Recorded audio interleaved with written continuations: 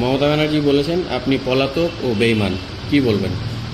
আমি যেই দিন মালদায় কংগ্রেসে জয়েন করে ব্যাক করি, যেভাবে হাজার হাজার মানুষ এসেছিলেন আমাকে ওয়েলকাম করার জন্য কংগ্রেস থেকে, আমি সেই দিনই বুঝতে পেরেছিলাম যে আমি তৃণমূলে গিয়ে কত বড় ভুল করেছি।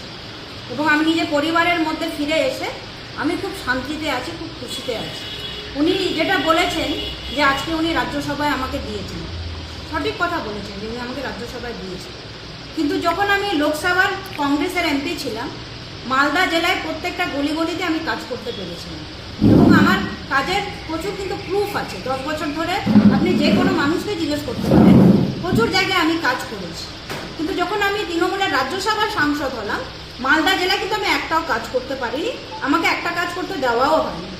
এমনকি পার্লামেন্টেও আমি যা যা বলেছি পুরো রাজ্য নিয়ে বলেছি, মালদা নিয়ে আমি কোনো আওয়াজও তুলতে পারিনি।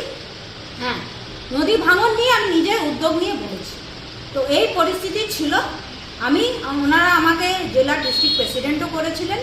আমি সবাইকে নিয়ে 8টা সিট তৃণমূলের জন্য আনিয়ে দিতে পেরেছি।